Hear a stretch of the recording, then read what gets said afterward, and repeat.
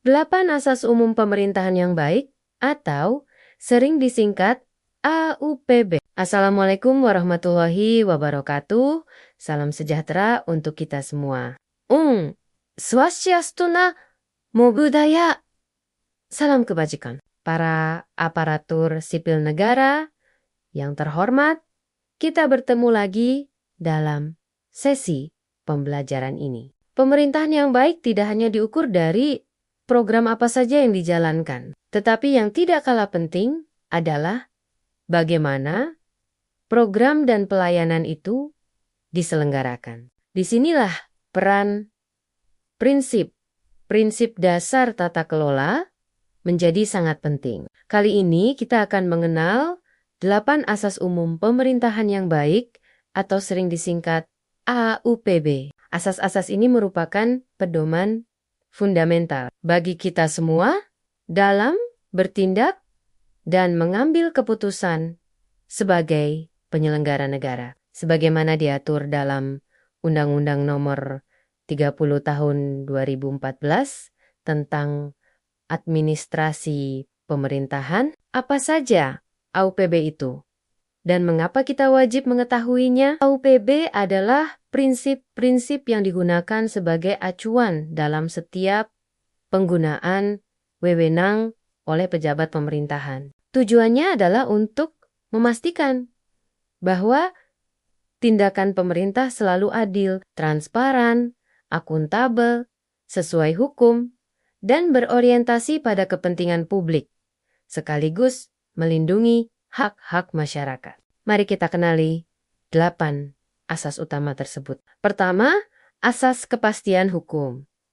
Asas ini mensyaratkan bahwa setiap tindakan atau keputusan yang kita ambil harus memiliki dasar hukum atau peraturan perundang-undangan yang jelas. Aturan tersebut juga harus konsisten dan tidak boleh berlaku surut atau merugikan hak yang sudah ada. Artinya, kita tidak bisa bertindak semaunya.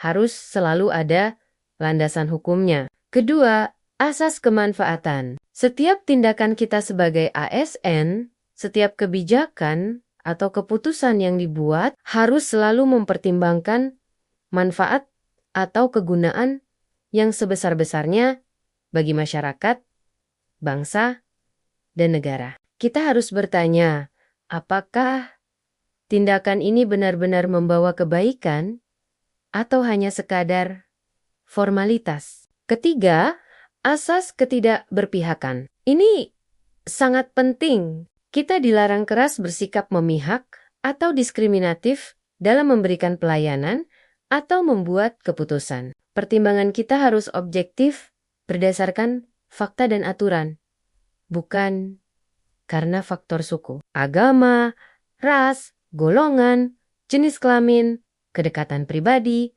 atau afiliasi politik. Semua warga negara harus diperlakukan setara. Keempat, asas kecermatan. Kita harus bekerja dengan hati-hati, teliti, dan cermat. Setiap keputusan atau tindakan harus didasarkan pada informasi dan dokumen pendukung yang lengkap serta akurat. Hindari bekerja secara gegabah atau asal-asalan yang bisa menimbulkan kesalahan dan merugikan pihak lain. Kelima, asas tidak menyalahgunakan kewenangan. Setiap jabatan atau posisi yang kita emban memiliki kewenangan tertentu. Asas ini melarang kita menggunakan kewenangan tersebut untuk tujuan lain di luar yang seharusnya, apalagi untuk kepentingan pribadi, keluarga, atau kelompok.